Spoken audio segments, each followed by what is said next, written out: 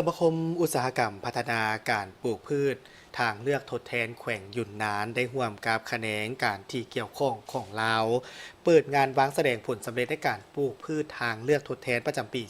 2026 ซึ่งงานดังกล่าวนี้แมนจัดขึ้นในระหว่างวันที่20วันที่23พฤษภาคม 2026 นี้อยู่ที่ศูนย์การค้าเวียงจันทร์เซ็นเตอร์งานวางแสดงผลสำเร็จการปลูกพืชทางเลือกและการพัฒนาการผลิตสินค้าเกษตรกรรมลาวจีนยุนนานประจำปี 2026 ได้เปิดขึ้นอย่างเป็นทางการที่ศูนย์การค้าเวียงจันทร์เซ็นเตอร์นครหลวงเวียงจันทร์โดยมีท่านนางจันทครบัวรพันธ์รองรัฐมนตรีกระทรวงเกษตรกรรมและสิ่งแวดล้อมท่านนางหูเฮาจิงเลขาธิการสมาคมอุตสาหกรรมพัฒนาการปลูกพืชทางเลือกทดแทนแขวงยุนนานสาธารณรัฐประชาชนจีนและพันเอกจันทรเงืองคำใสหัวหน้ากรมกวดกาและควบคุมยาเสพติดกระทรวงป้องกันความสงบเข้าร่วมงานวางแสดงดังกล่าวเป็นการเฉลิมฉลองผลสำเร็จอันพ้นเด่นในการปลูกพืชทางเลือกและเป็นการยืนยันถึงการร่วมมืออันแน่นแฟ้น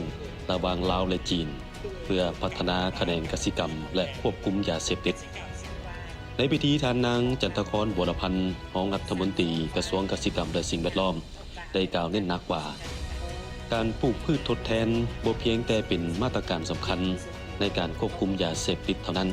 แต่ยังเป็นเส้นทางสำคัญสำหรับการหันเปลี่ยนสีเขียวและทันสมัยของกสิกรรมลาวท่านยังได้ระบุตื่นว่ารัฐบาลลาวให้ความสำคัญเป็นอันดับต้นๆในการลดล้างแหล่งกำเนิดยาเสพติดเพื่อบรรลุการพัฒนาสีเขียวแบบยืนยง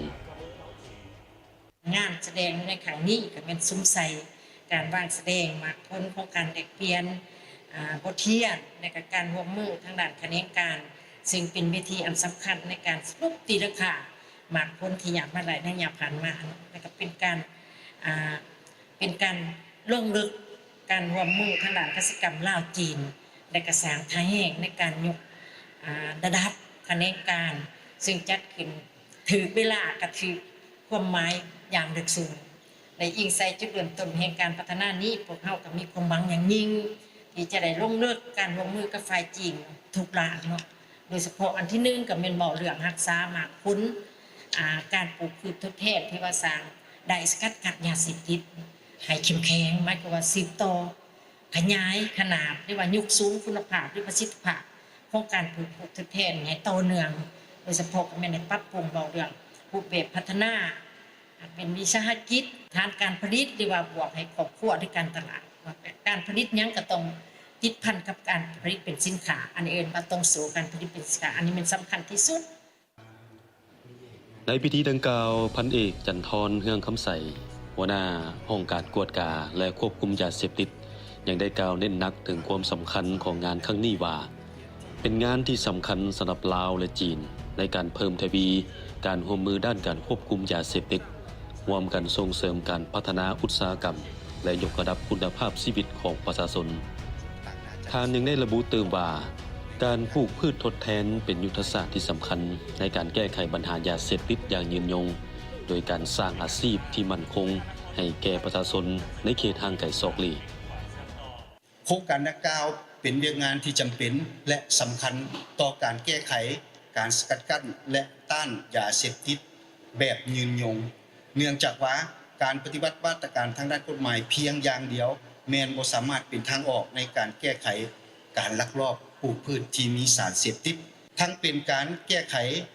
ที่บ่ได้รับประสิทธิภาพที่ยาวนานเพราะว่าประชาชนส่วนหลายยังมีความทุกข์ยากบ่สามารถซอกหาทางออกที่ถูกต้องได้ฉะนั้นหากจะแก้ไขปัญหาการลักลอบปลูกพืชที่มีสารเสพติดพวกเขาจะต้องได้มีการส่งเสริมการผลิตเพื่อทดแทนให้ประชาชนมีทางออกมีรายรับที่ยืนยงและจะเฮ็ดให้การลักลอบปลูกพืชที่มีสารเสพติดให้ลดน้อยถอยลงก้าวไปถึงยุติแบบถาวรท่านนางหูเฮาจิงเลขาธิการสมาคมอุตสาหกรรมพัฒนาการปลูกพืชทางเลือกทดแทนแขวงยุนนานสาธารณรัฐประชาชนจีนได้กล่าวในนามตัวแทนของวิสาหกิจจีนว่าการปลูกพืชทดแทนข้ามแดนแม่นมาตรการสำคัญของการร่วมมือสากลต้านยาเสพติดลาวจีน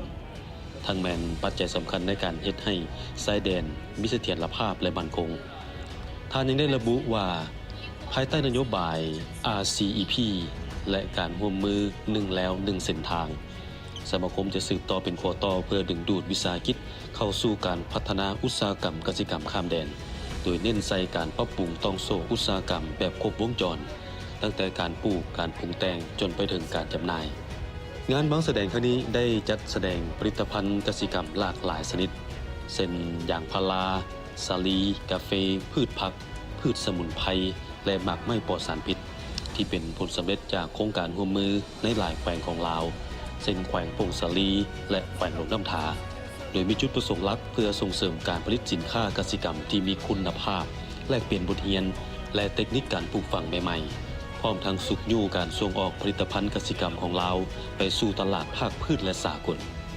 งานดังกล่าวบ่เพียงแต่เป็นเวทีให้ชาวกสิกรหรือคนรวยธุรกิจได้นำเสนอผลผลิตเท่านั้นแต่ยังเป็นโอกาสสำคัญในการสร้างเครือข่ายระหว่างภาครัฐและเอกชนเป็นเวทีพบปะกับนักลงทุนและผู้ซื้อทั้งภายในและต่างประเทศเป็นส่วนหนึ่งของความพยายามในการปรับปรุงชีวิตการเป็นอยู่ของประชาชนสร้างเวทีงานทำและลดพรการนำเข้าสินค้ากสิกรรมซึ่งเป็นการประกอบส่วนเข้าในการพัฒนาเศรษฐกิจสังคมของประเทศ